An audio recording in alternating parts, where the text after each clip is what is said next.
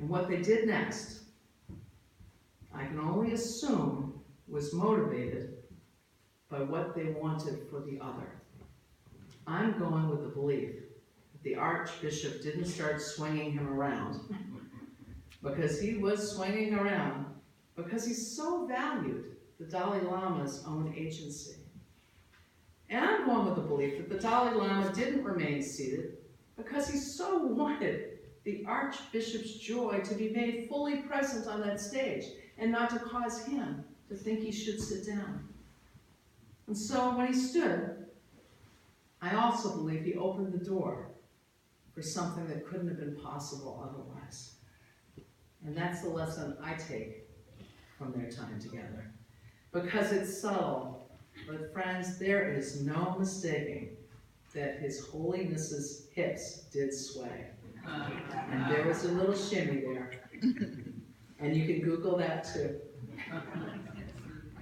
And new joy existed where it had not been possible a moment before.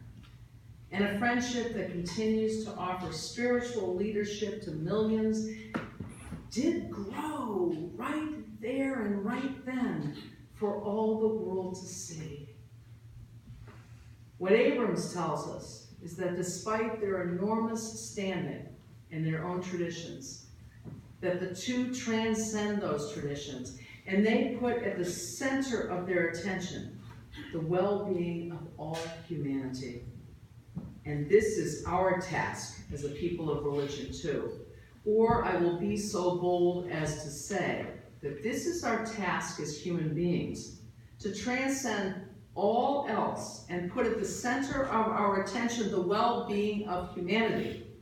Our religious home and Unitarian Universalism is just where we come to work on it together.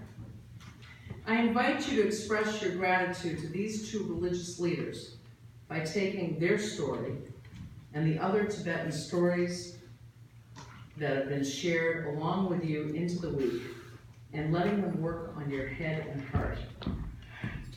There's a final Tibetan tale, and given the time, I'm going to expedite it quickly because it's a good message in it. So very quickly, I will tell you about Sonam and the stolen cow. It's a story of a woman who went off into the woods to live. And she was living the life of sort of a nun, and she had red robes. And she had two sets, and one day she set out to wash one. So they're in a great big pot. And suddenly she hears the steps of a village, somebody coming running. And she turns to see what it is, and it's some of the local villagers who say, "We are looking for a thief because a cow has been stolen." She said, "Well, I'm not a thief." And one of the women looked at her and said, "Well, who are you and what are you doing living away from all of us?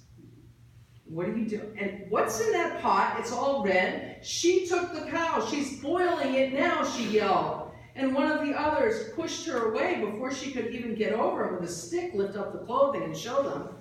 And they pushed her away and off over by a tree. And another said, "I'll go get the judge so that we can try her for this crime she's committed." And this nun, who's used to a quiet life of chanting, she tried not to be angry. She tried to push the anger away. There was no talking to the person who held her there.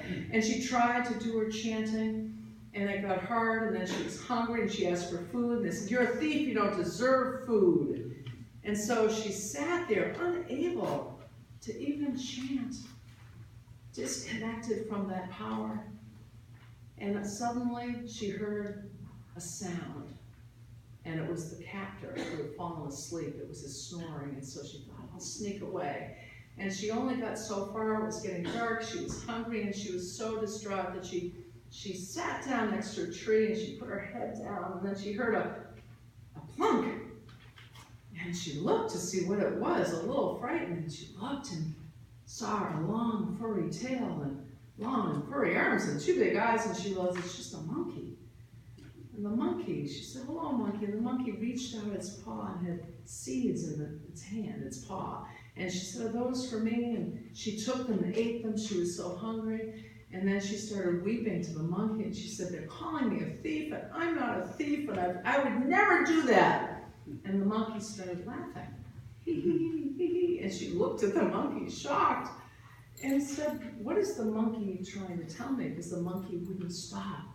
So she thought, and all of a sudden she remembered.